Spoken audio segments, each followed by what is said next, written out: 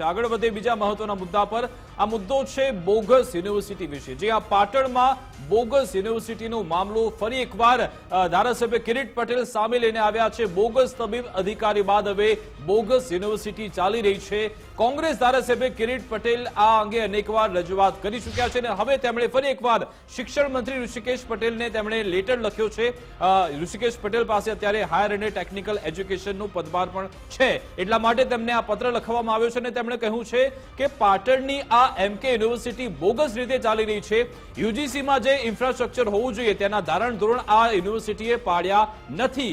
આ જે જગ્યા બતાવવામાં આવી છે ત્યાં તો ભાઈ ફાર્મ હાઉસ ચાલી રહ્યું છે, એટલે આ યુનિવર્સિટી બંધ કરવી જોઈએ અને સરકારી પૈસાનો જે વેડફાટ થઈ રહ્યો છે તેને પણ બંધ કરવો જોઈએ। તો આ મુદ્દો કિરીટ પટેલ ફરી એકવાર સામે લઈને આવ્યા છે। આપણી સાથે કિરીટ પટેલ જોડાઈ ગયા છે। કિરીટભાઈ, સ્વાગત છે ગુજરાત ફર્સ્ટમાં।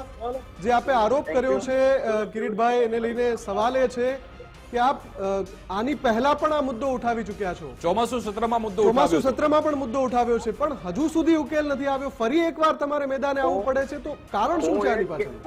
હું એ કહેવા માંગુ છું કે મેં આરોપ મૂક્યો, આરોપ નથી, સત્ય હકીકત છે। આજે પણ કાલે સવારે તમારી મીડિયા ટીમને લઈ અને તમે જે માતરવાડી ખાતે એમકે યુનિવર્સિટી ચાલી રહી છે જી ત્યાં જાઓ, એક પણ અધ્યાપક નથી, એક પણ વિદ્યાર્થી નથી, એક પણ ફેકલ્ટી નથી।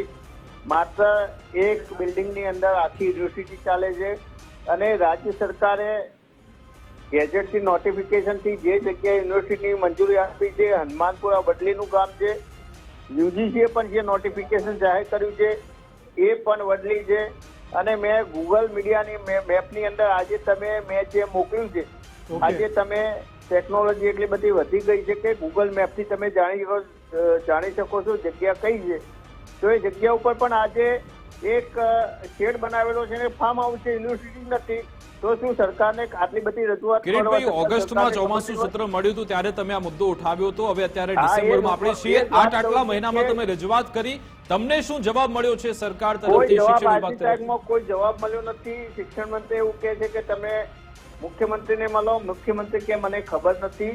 એટલે શું જે રીતે રાજ્યની અંદર બોગસ ડુપ્લિકેટ કે શું કહેવાય કે જે રીતે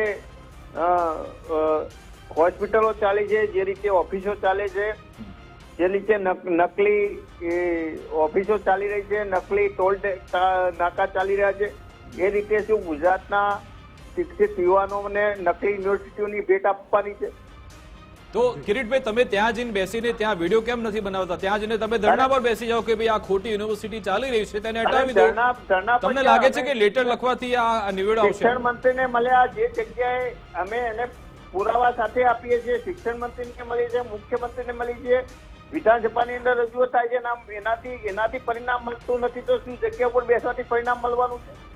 અચ્છા, તો તમને લાગે છે કે આમાં કોઈ નિવેડો આવશે અથવા તો પછી શિક્ષણ વિભાગ કેમ આ બાબતે કોઈ એટલી દરકાર રાખતું નથી? તમે આટલી રજૂઆત કરી, તમે જુઓ જે રીતે હેમચંદ્રાચાર્ય ઉત્તર ગુજરાત યુનિવર્સિટીની અંદર બોગસ એમબીબીએસ કૌભાંડ પાસ કરવાની જે કૌભાંડ હતું, એની અંદર મેં રજૂઆત કરી, પરિણામ ના મળ્યું, અમે નામદાર હાઈકોર્ટ એટલે ગયા છે, આમાં પણ નામદાર હાઈકોર્ટની અંદર અમે પિટિશન કરીશું, લડીશું। અચ્છા, એટલે કોર્ટમાં પણ કેસ પહોંચ્યો છે? બિલકુલ, ના, કોર્ટમાં હવે કેસ પહોંચશે, અમને ન્યાય મળે તો કોર્ટમાં પહોંચીશું। અચ્છા, કોર્ટમાં જશો? બિલકુલ બિલકુલ, આભાર અમારી સાથે જોડાવા બદલ, વાતચીત કરવા બદલ। તો કિરીટ પટેલ આખો મામલો સામે લઈને આવ્યા છે। તેમનું કહેવું છે કે એમકે યુનિવર્સિટી બોગસ યુનિવર્સિટી છે, રાજસ્થાન સાથે સંકળાયેલ પણ જે એક સંચાલક છે તેની પણ ધરપકડ બોગસ ડિગ્રી મામલે કરવામાં આવી છે, એટલે કે આખી જે યુનિવર્સિટી છે બંધ કરાય તેવી તેમની માંગ છે। શિક્ષણ વિભાગ આ મામલે હવે શું કરે છે જોવાનું રહેશે। મારી વિશેષ રજૂઆત મુદ્દાની વાત અંતર્ગત બસ આટલું જ। આપ જોતા રહો ગુજરાત ફર્સ્ટ ન્યૂઝ। નમસ્કાર।